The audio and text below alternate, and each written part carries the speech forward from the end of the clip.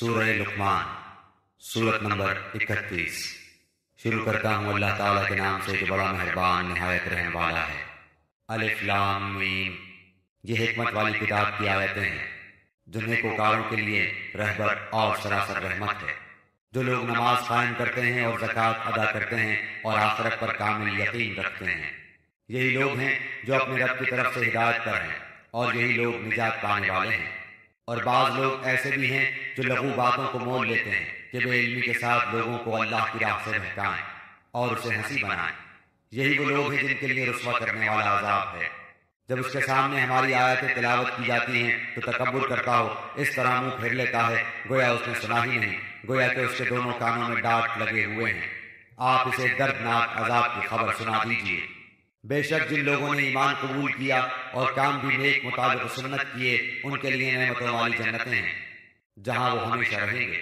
اللہ کا سچا وعدہ ہے، وہ بہت بڑی عزت و غلبے والا اور کامل حکمت والا ہے۔ اسی نے آسمانوں کو بغیر ستون کے پیدا کیا ہے، تم انہیں دیکھ رہے ہو، اور اس نے زمین میں پہاڑوں کو ڈال دیا تاکہ وہ تمہیں جنبش نہ دے سکے، اور ہر طرح کے جاندار زمین میں پھیلا دیے، اور ہم نے آسمان سے پانی برسا کر زمین میں ہر قسم کے نفیس جوڑے اگا دیے۔ یہ ہے اللہ کی مخلوق، اب تم مجھے اس کے سوا دوسرے کسی کی کوئی مخلوق تو دکھاؤ، کچھ نہیں، بلکہ یہ ظالم کھلی گمراہی میں ہے۔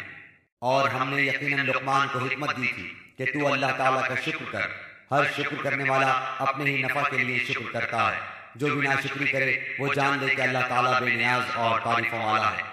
اور جبکہ لقمان نے باز کہتے ہوئے اپنے لڑکے سے فرمایا کہ میرے پیارے بچے، اللہ کے ساتھ شریک نہ کرنا، بے شک شرک بڑا بھاری ظلم ہے۔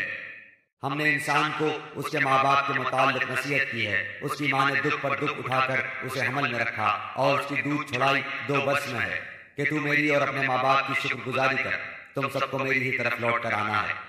اور اگر وہ دونوں تجھ پر اس بات کا دباؤ ڈالیں کہ تو میرے ساتھ شریک کرے جس کا تجھے علم نہ ہو، تو ان کا کہنا نہ ماننا، ہاں دنیا میں ان کے ساتھ اچھی طرح بسر کرنا اور اس کی راہ چلنا جو میری طرف جھکا ہوا ہو۔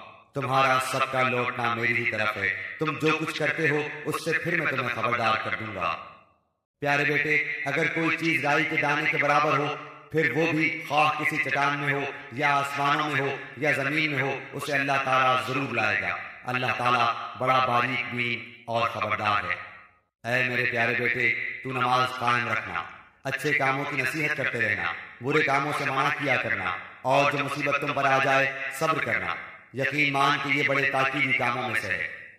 لوگوں کے سامنے اپنے گال نہ کھلا اور زمین پر اطراء کر نہ چل، کسی تکبر کرنے والے شیخ خورے کو اللہ تعالیٰ پسند نہیں فرماتا۔ اپنی رفتار میں میانہ روی اختیار کر اور اپنی آواز پست کر، یقیناً آوازوں میں سب سے بدتر آواز گدھوں کی آواز ہے۔ کیا تم نہیں دیکھتے کہ اللہ تعالیٰ نے زمین و آسمان کی ہر چیز کو تمہارے کام میں لگا رکھا ہے اور تمہیں اپنی ظاہری و باطنی نعمتیں بھرپور دے رکھی ہیں؟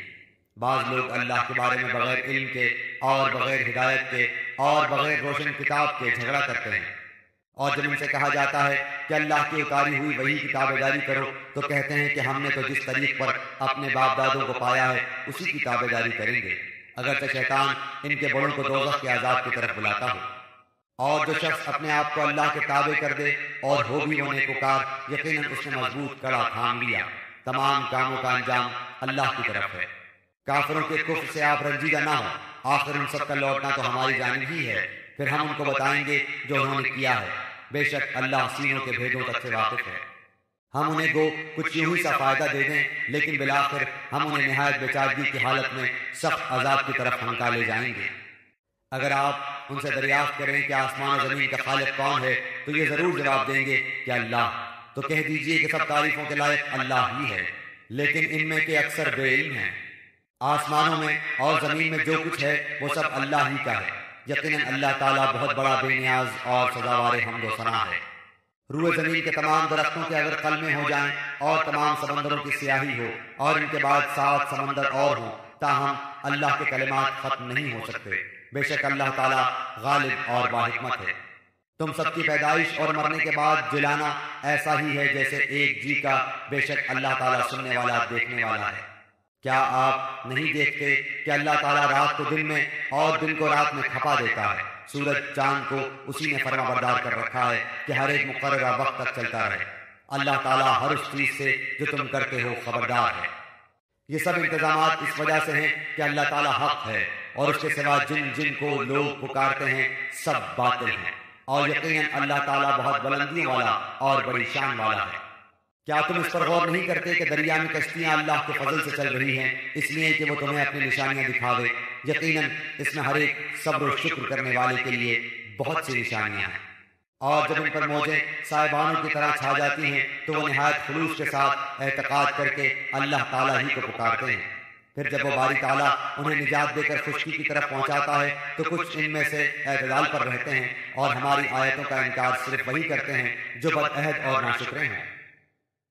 لوگوں، اپنے رب سے ڈرو اور اس دن کا خوف کرو جس دن باپ اپنے بیٹے کو کوئی نفع نہ پہنچا سکے گا اور نہ بیٹا اپنے باپ کا ذرا سا بھی نفع کرنے والا ہوگا۔ یاد رکھو، اللہ کا وعدہ سچا ہے۔ دیکھو، تمہیں دنیا کی زندگی دھوکے میں نہ ڈالے اور نہ دھوکے باز شیطان تمہیں دھوکے میں ڈال دے۔ بے شک اللہ تعالیٰ ہی کے پاس قیامت کا علم ہے، وہی بارش نازل فرماتا ہے اور ماں کے پیٹ میں جو ہے اسے جانتا ہے۔ کوئی بھی نہیں جانتا کہ کل کیا کچھ کرے گا، نہ کسی کو یہ معلوم ہے کہ کس زمین میں مرے گا۔ یاد رکھو، اللہ تعالیٰ ہی پورے علم والا اور صحیح خبروں والا ہے۔